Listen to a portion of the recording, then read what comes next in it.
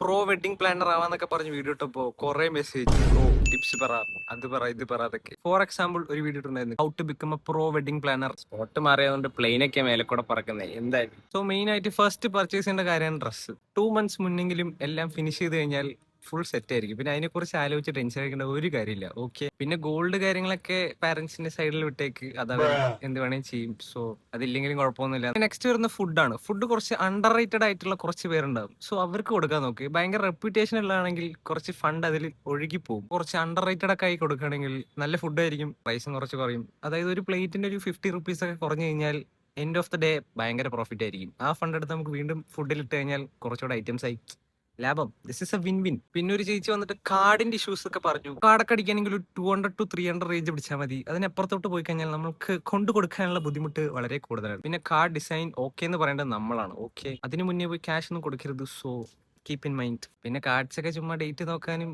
ആൾക്കാരുടെ പേര് നോക്കാൻ മാത്രമേ ഉള്ളൂ. അതിൽ ഇത്രയും പ്രീമിയം ആയിട്ട് പോകണ്ടെന്നേ ഞാൻ പറയുള്ളൂ. ജസ്റ്റ് ഒരു മീഡിയം ലെവൽ പ്രീമിയം ഒക്കെ ധാരാളം. ബാക്കിയുള്ള കാര്യങ്ങൾ അടുത്ത വീഡിയോ പറയാം. So that's it. Bye bye.